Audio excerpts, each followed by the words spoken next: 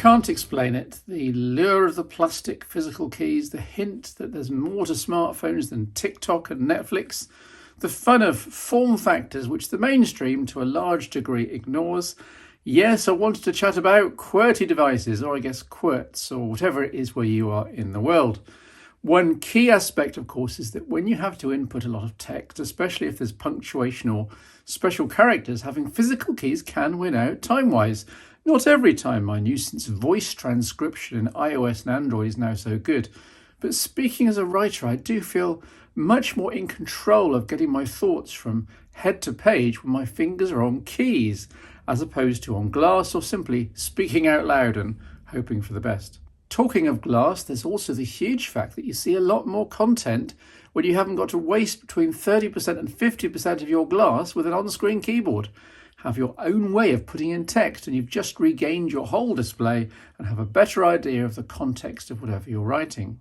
Now, if we're just talking about a few paragraphs a day, then we'd all muddle through, but I wanted to highlight 5 approaches to QWERTY and point out their pros and cons. I should know them. I've tried all 5 over the last decade, and I still haven't settled on a favourite, so I've got them all to hand, which is good for showing off on video.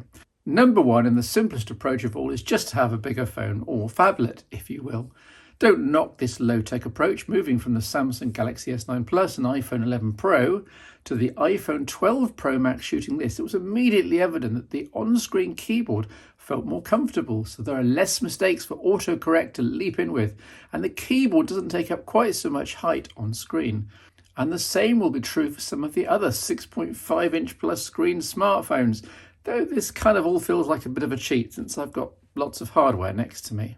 Number 2 is an option that's been around since the days of PDAs in the 1990s, the good old-fashioned Bluetooth keyboard. And in truth, they haven't changed much in terms of connection to a PDA or phone, and then whatever you type comes out on the screen. What has improved are power with rechargeable internal battery and not AAs, though lasting for months either way, and build and design, with many more being one piece nowadays, as with this one, rather than folding and trying to fit into a pocket. There's usually a clever way of propping up the main device, as here.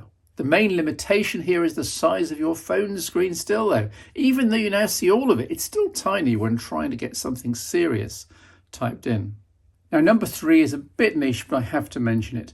Feeling a bit like the old A-Team TV intro, if you have a Samsung Galaxy flagship and if you can find a NextDock 2 or NextDock Touch actually for sale, and yes, if you can afford it, then you can hook up to a lapdock and all of a sudden your Android applications, messaging, office, email, whatever, all have a giant display, full QWERTY keyboard and trackpad to expand into. The lapdock way is life-changing and eye-opening, but carrying a laptop shell around with you is as demanding on space in your bag as if you brought an actual laptop, in which case, plus you've still got to buy one, and this early NextDock Touch is rather rare and almost priceless.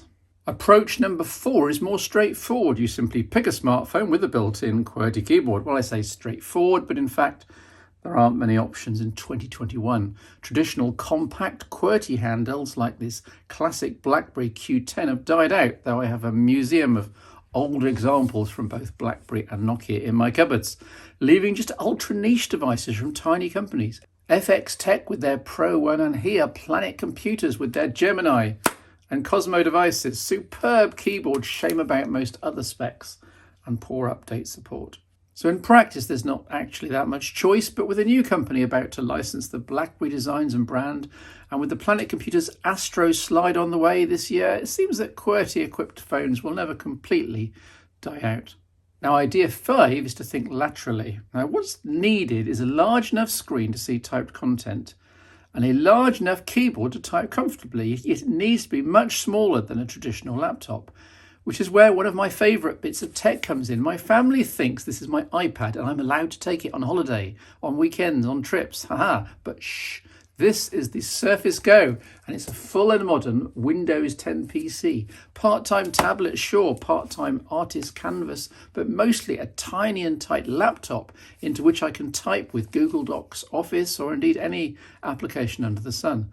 But of course, such luxuries come with downsides. It's another device to carry and charge. It's a whole other OS to use, manage with updates, and to juggle content and logins from. It's cute though, isn't it? So no, there's no one perfect QWERTY solution, which is why companies keep trying out new designs, new ideas. And I love different if it solves a problem. And hopefully this video feature has given you an idea or two as well.